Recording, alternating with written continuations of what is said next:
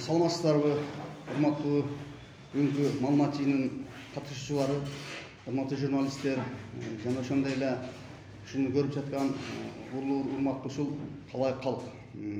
Мен өзүм Калмат Урайым Абдакимович коомдук бирикмеси бар, Адилеттүүлүк, Акыйкаттуулук деген ошонун Ош областы боюнча координатору болуп эсептелемин. Буга чейин мен көпчүлүк жерде эл арасында элдин карапайым элдин талабын талашып, ошолорго жардам жүргөн Кыргызстанын конституциясына негизделген мыйзамдардын негизинде иш алып барамын. Мыйзамды сыйлаймын. Мыйзамдын бузулушуна мен коркомун. Ошого карабастан мен бүгүн ушул жерге отуруп ушул жыйынды өткөрүүбүздүн негизги себеби 31 январь күнү ушул жылы бир жанагы чындык кежи деген блогерлердин аракетинде менин жеке өзүмдүн аброюма шек келтиртип, бир психикалык жактан оорулуу адамды сүйлөттүрүп, менин жеке аброюма шек келтирип, мени аябай моралдык жактан кыйноодо. Ошондуктан көпчүлүк бул жерде элдер ошол сайттарын угуп көрүштү. Мен өзүм актайын деп чыккан жерим жок. Мен чындык үчүн болгондой айтып коеюн деп ушул жерге кайрылып жатамын. Бул деген жанагы менин аброюма шек келтирип сүйлөгөн адам Саттар Сүйүн деген. Бул киши психикалык жактан оорулуу болуп, 2005 жылдан бери Ош областтык психиатрлык борборунда каттоодо турат экен. Аны биз далилдедик. Эмнени айтайын? Бул киши мага Курла Доматты койгон себеби 2016-18 жылдары киши менен мен мурда тааныш болчумун. Мен ого чейин бунун эмесин ушул психикалык жактан оорулуу экенин билбей жүргөн экенмин да. Ал экөөбүз кичине акча кошуп бизнес кылып жүргөнбүз. Бирок бизнес кылып жүргөндө Өзбекстанга 2 вагон көмүр алдыртып, $12,000. Аны ала албай 4 жыл экөөбүз аябай кыйналганбыз, чынын айтканда.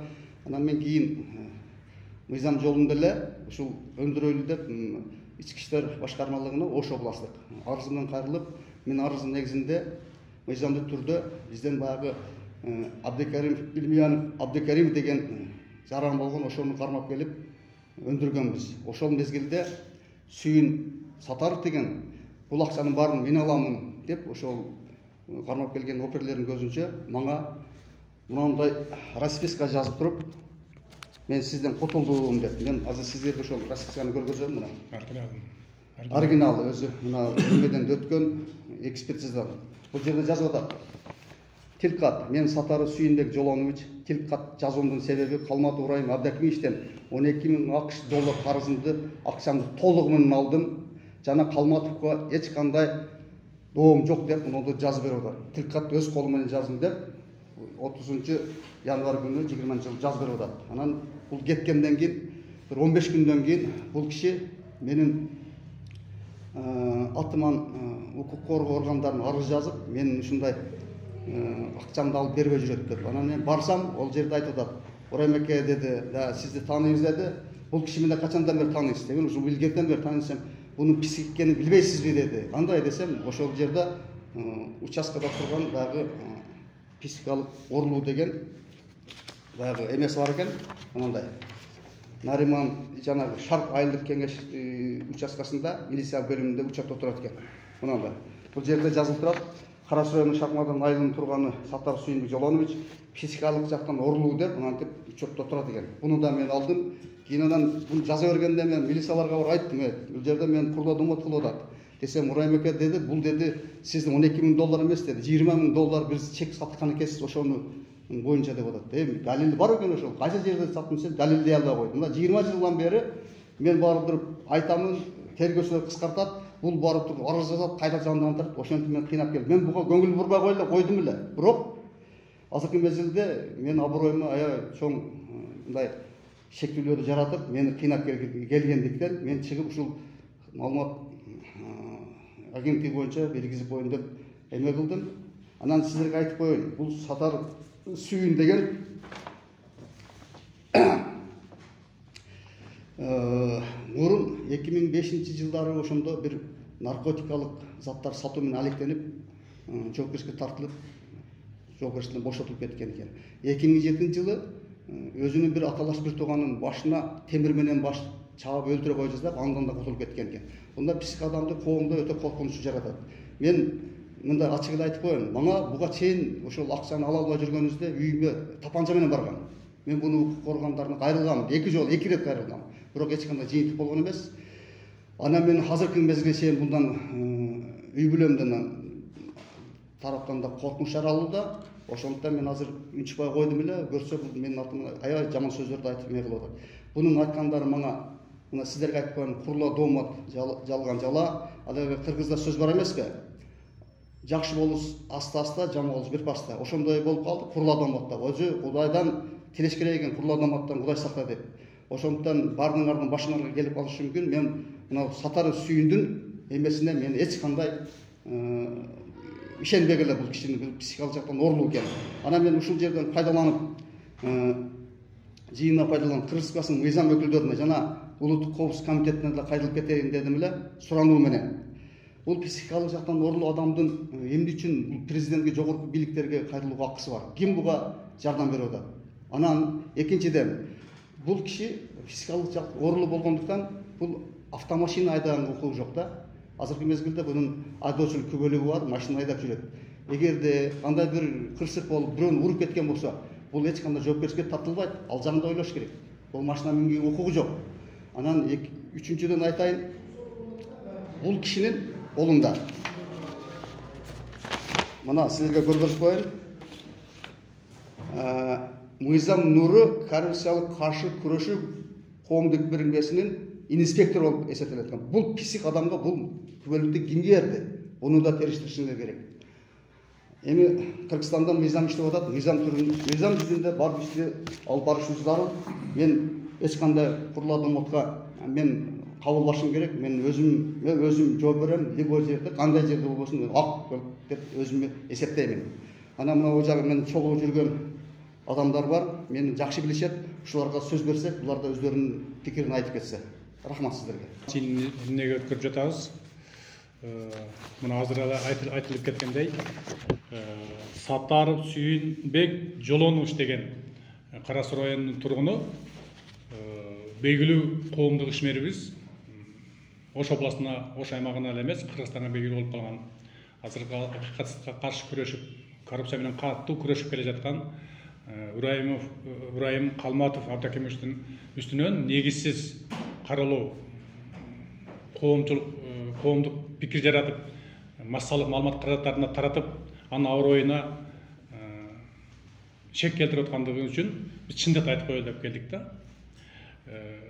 Бул Сатаров Сүйүн өзүнүн кайрылуусунда Чындык Кежи деген маалыматтык агенттик бар экен. Ошо Чындык Кежи аттуу маалыматтык агенттиктен эң негизги күнөөлөрүнүн бири бул Урайым Калматов мошенник, Урайым Калматов соттолгон, Урайым Калматов менден $20,000 акш долларын алып бербей жүрөт дейт да. Мына ушул 3 өтө одоно, өтө оор күнөөлөрүнө жооп берип коелу деп атабыз да. Жооп берерден мурда биз ошо Сатаров Сүйүнбектин ким экендиги жөнүндө аныктап коелу деп атабыз да. Биз аны аныктап көрдүк. Бул 2005 жылдан бери областыбыздагы психикалык неврологиялык диспансерде учетто турат экен. Ошол эле учурда Кара Суу райондук ички иштер бөлүмүндө бул көзөмөлгө алынган экен. Көзөмөлгө алынып турган киши мына ушундай туура эмес, чындыкка жат алыс маалыматты таратып жаткандыгы абдан кейиштүү болуп жатат да. Бул жерде мондай диагноз коюлуп атат да. На учете у психиатра состоит с диагнозом F078 дейт да. Бул эми кандай экен, бирок кандай болгон күндө дагы бул психиатриялык диспансерде бул каттоодо турган, көзөмөлдө турган адам. Бул айткан сөзүнө да жооп бербейт. Бүгүн айткан сөзүн эртең унутуп калышы мүмкүн, жоопкерчиликке тартууга мүмкүн эмес. Бирок бул айткан дооматтары бул ушул маалымат агенттиги аркылуу, Чындык Кежи маалымат агенттиги аркылуу айтып аткан дооматтар өтө тыккан, өтө шашпай, өтө жеткиликтүү айтканда. Буга бир жагы таң калганыбыз, кандайдыр бир башка бир адамдар, башка бир күчтөр муну колдонуп атышы деген да эле бизде ой болуп атат да. Мына соттолугу бар дейт да. Мына мен бүт материалдарын карап көрдүм да. 2016 жылдан бeri Kalmat Ибраим Абдакемович Кыргыз Айыл чарба азык түлүк корпорация ачык акционерлик коомунда иштеп жүрүп, мына ошол жерде ишенип берилген мүлүктү өзүнө ыйгарып алган деген доомат менен кылмыш козголгон экен. Бирок мен ушуну баса белгилеп айтып коюшум керек. Укук коргоо органында иштегендер, мыйзамды билген жарандар бардыгы терең түшүнөт деп ойлойм. Кара Суу райондук сотунда дагы, Ош областык сотунда дагы Урайым Калматовдун бул иш боюнча козголгон кылмыш боюнча составында кылмыштын курамы жок деп кылмыш иши кыскарып акталган, актоо өкүмү чыккан. Барыңыздар билесиздер, актоо өкүмү чыгыш деген бул абдан татаал процесс да. Ошол эле учурда бул арыздануучу тарап бул арызды жогорку сотко чейин кайрылган. Жогорку соттон кайра кайтып келген жаңы кароо үчүнчү. Кайрадан эле ошо Кара Суу райондук сотунда кылмыштын курамы жок деп акталган. Бирок областтык сотко келгенде кандайдыр бир күчтөрдүн таасири менен 5 жылга, жалпылап айтканда 6 жылга кесилип, бирок 1 жылдык көзөмөлгө алмаштырылган экен да. Бирок ошол соттун материалдарында Ош областтык жана Ош шаардык Финпол башкармалыгынын берген корутундусунда мына ошол ачык акционердик коомдо иштеп жүргөн учурда Урайым Калматовдун финансылык бир дагы нарушениялери, кемчиликтери болбогондугу жөнүндө маалыматы ачык жазылып турат. Ошол эле учурда ошол Кыргыз Айыл чарба азык түлүк корпорациясынын башкы бухгалтеринин, эгерде ал жерде финансылык нарушениялер боло турган болсо, ал бухгалтер аркылуу гана өтүш керек. Ал башкы бухгалтеринин көрсөтмөсүндө дагы Урайым Калматовдун эч кандай финансылык мыйзам бузуулары болбогондугун сотко далилдүү материалдар менен мынтип берип атышат да. Бирок ошого карабастан Ош областтык соту кылмыш жообуна тартып бүт мүлкүн конфискация кылуу менен 6 жылга эркинен ажыратып 1 жылга көзөмөлгө киргизип койгон. Көзөмөл кабыл алган да. Андан кийин бул арыз сөзсүз түрдө жогорку сотко чейин жетип, жогорку сотто Урайым Калматовдун Ош областындагы соттук өкүмүн күчүнө калтырып койгон да. Бирок бир айта турган нерсе, бул кылмыш иши эски кодекс боюнча 171-статья берене боюнча козголгон да. Бул 171-статья бул ишенип берген мүлүктү өз жеке кызыкчылыгына колдонуу берүү беренеси да. Бunda эч кандай мошенниктик же алдамчылык деген сөз да болушу мүмкүн эмес. Ал эми Саттаров Сүйүнбек мына ушул соттолгондугу жөнүндөгү, соттон акталгандыгы жөнүндөгү материалдардын бардыгын экран аркылуу көрсөтүп, ушул мурда соттолгон Урайым Калматов деп күнөө таккысы келип жатат да. Ал эми $20,000 жөнүндө, мына $20,000 алып бир жерди көрсөтүп, мына ошол жерди сатып, анан акчамды алып, же акчамды бербей, же жеримди бербей жүрөт, мошенниктик кылат деп атат да. Кылып жүрөт деп куру доомат далилсиз сөздөрдү коомчулукка таратып атат да. $20,000 берген адам ал жердин документтерин, жердин кайсы жерде экендигин көрүп, билип, анан акчасын берет. Мына бүгүнкү күнгө чейин жазылган арыздары Ош шаардык ички иштер башкармалыгында жазган арызы боюнча бир дагы далилдүү материалдар табылбай, бул иштер кыскарып атат да. Бирок ошого карабастан бул психикалык жактан оорлуу Саттаров Сүйүнбек мына ушул жеримди алып койду, $20,000 кайрадан кайтып берсин деп доомат коюп келе жатат да. Бул дагы тергөө органдарында биздик деп караган маалыматтарга караганда таптагы чындыкка дал келбейт экен. Эң негизги айтарым бул маалыматтарды атайын бирөөнү ак жерден күйгүзүп, каралап, ага психикалык, ага моралдык доомат доо келтирип жаткан бул чындык KG маалыматтык агенттиги экен да. Биз чындык KG маалыматтык агенттиги менен да байланышып көрдүк. Бир тараптуу бербегиле. Эмне үчүн силер ошондой психикалык жактан оорулуу, бүгүнкү сүйлөгөн сөзүнө эртең жооп бербеген адамды жалпы коомчулукка далилсиз материалдарды жарыялап жатасыңар деп телефондон сүйлөштүк. Эмне үчүн эки тараптуу бербейсиңер депчи. чындыкейжи маалымат агенттигинин өкүлдөрү силерди да чакырабыз, беребиз, кошо эки тарапты беребиз деп алдап коюп, бирок чакырып бизде сүйлөшкөн жок, качып кетишти. Качып жүрөт бүгүнкү күнгө чейинчи.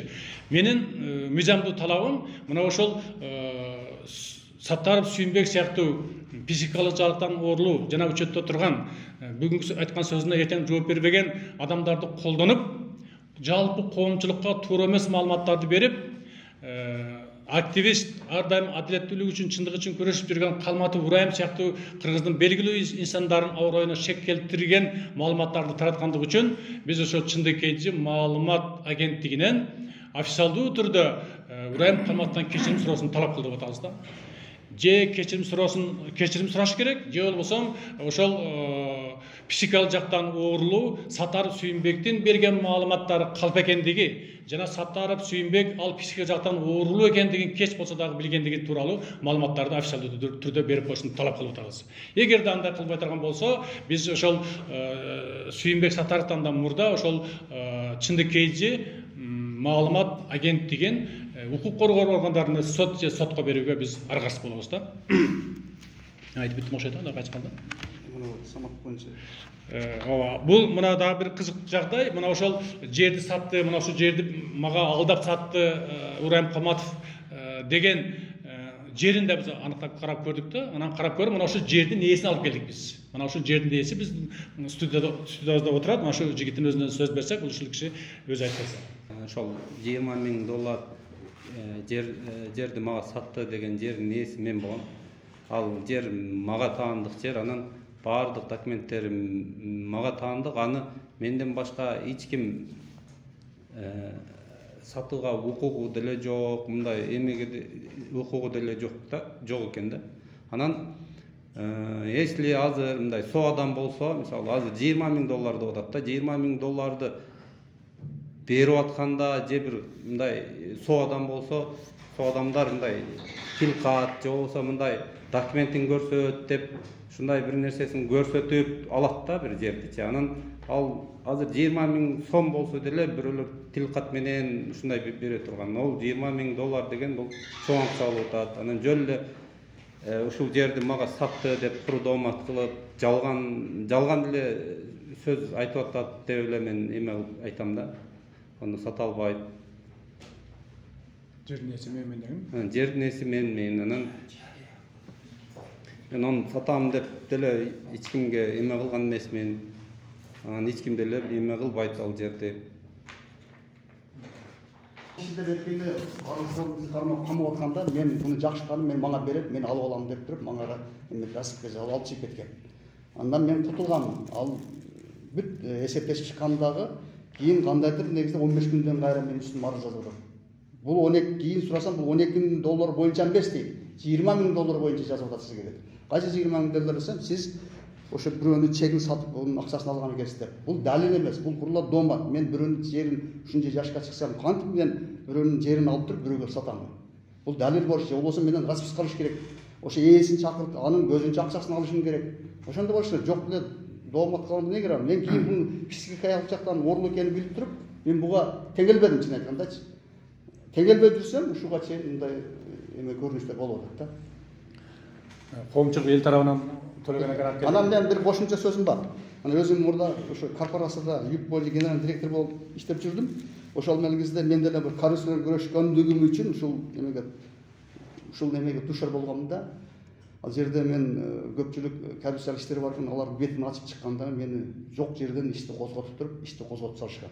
Ана мен билбеп турмун, мен өмүрүмдө соттолгон эмесмин. Баранан ошол Кинполдун баласы айтты, Урайым ака, сиздин немеңиз жок, сотко жөнөтүлдүң деп. Сотто билесиң керек сот кандай экен. Ал жерде акча сурайт экен, акча бербегенде ушундай болду. Бирок мен ага карабастан өзүнүн укугунан пайдаланып, жанагы бухгалтерия экспертиза жасатып, ал жерден өзүм мактагам. Мына бул жерде ошол биздин генеральный директор хат берип атат мына Верховный судка. Несмотря на решение Ошской областного суда, Урайым Калматов доказал документально, что не перед Агроопторг не имеет задолженности и списал себе все подотчетные суммы деп берип атат. Бул боюнча мен генеральный прокуратурага кирип жазганмын. Генеральный прокуратура мен тараптан корутунду берилген Верховный судка. азыркы мезгилде мен су деймисин жоюлган. Буну баягы психи жактан адам кайсы жерден документ буга берген бирөөлөрчү. Буну такташым керек экен. Бул кайсы жактан алат? Мага да бербейт керек болсаңыз. Bunun üstünde, bunun артынан бирөөлөр бар. Анткени мен көп коррупциялык иштердин жүзүн ачып атамын. Мен мактанбай эле коеюн, канча жылдан жерлерди кайтарып атабыз.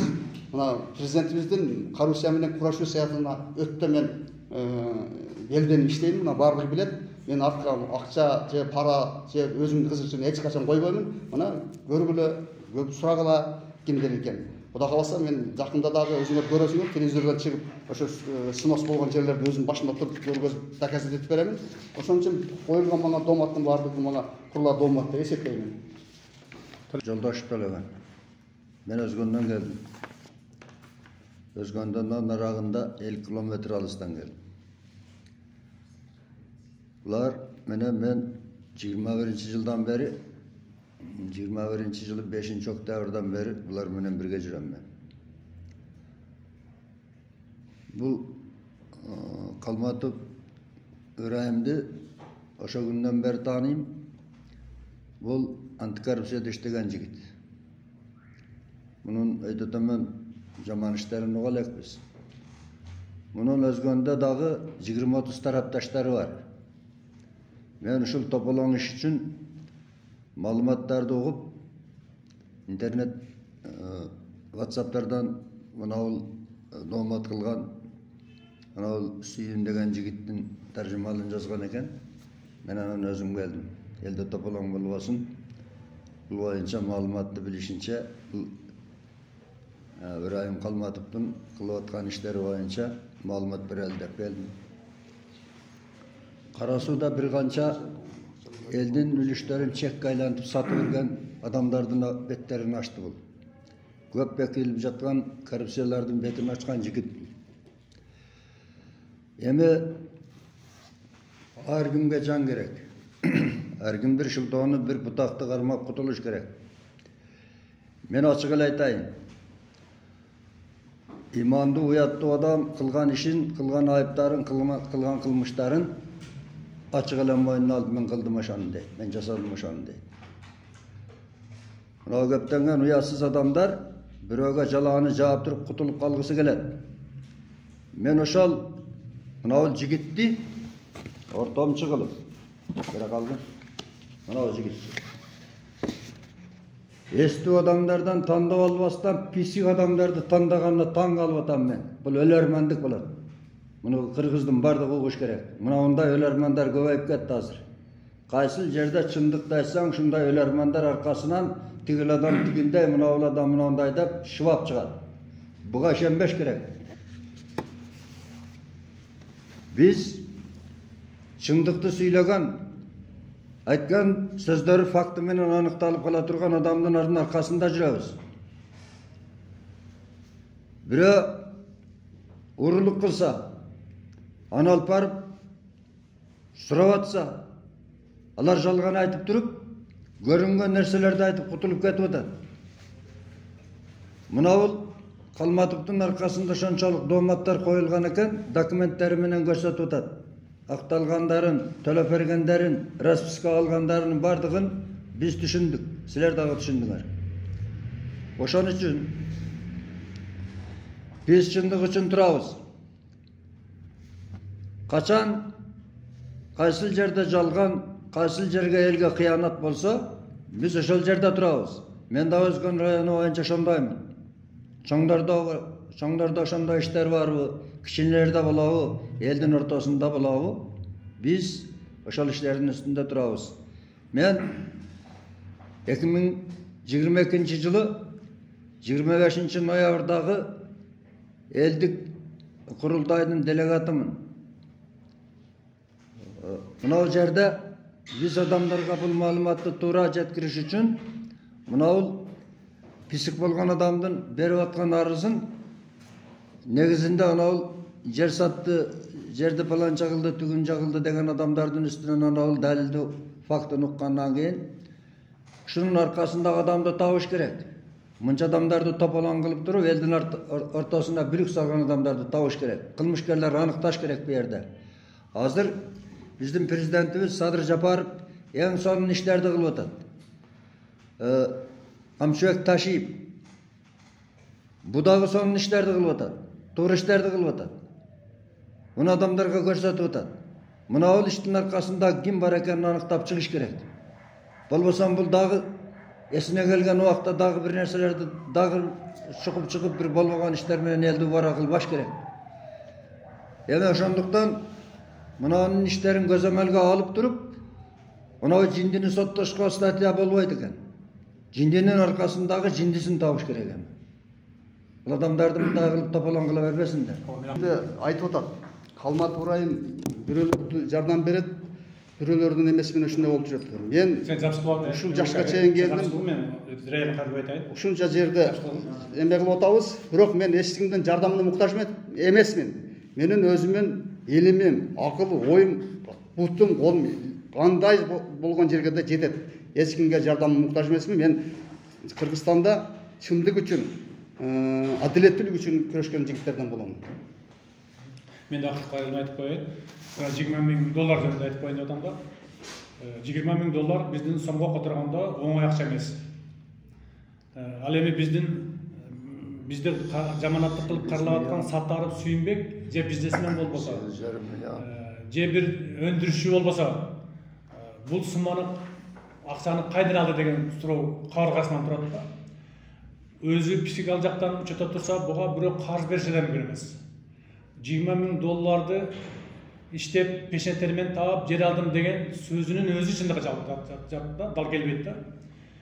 Ошон үчүн мындай психикалык жактан оорулуу адамдар ар кандай сайттар, ар кандай маалымат агенттиктер аркылуу түз эле президентке кайрылуу жасашы өтө көрүнүш.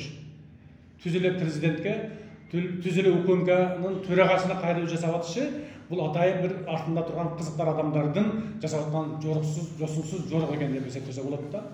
Ошон үчүн биздин дагы бир кошумча талабыбыз, айтпай кеткен экенбиз, Саттаров Сүйүнбек Жолонуш Кара Сорой шарп айла өкмөтүнүн тургуну бул оорулуу кишини кайрадан эле ошол психикалык диспансерге дарылануу үчүн кайрадан жөнөтүүнү талап кылабыз. Муну коргондору эске алып, бул жигитти мындан да башка адамдарга өзүнүн зыянын тийгизбештиги үчүн бул кишини дагы башка бир жеке кызыкчылык ойлогон адамдар колдонуп кетпештиги үчүн бул кишини дарылоо үчүн экенлерге кайрадан күчтөп болсо дагы, мыйзам чеген болсо дагы жиберүүнү талап кылабыз.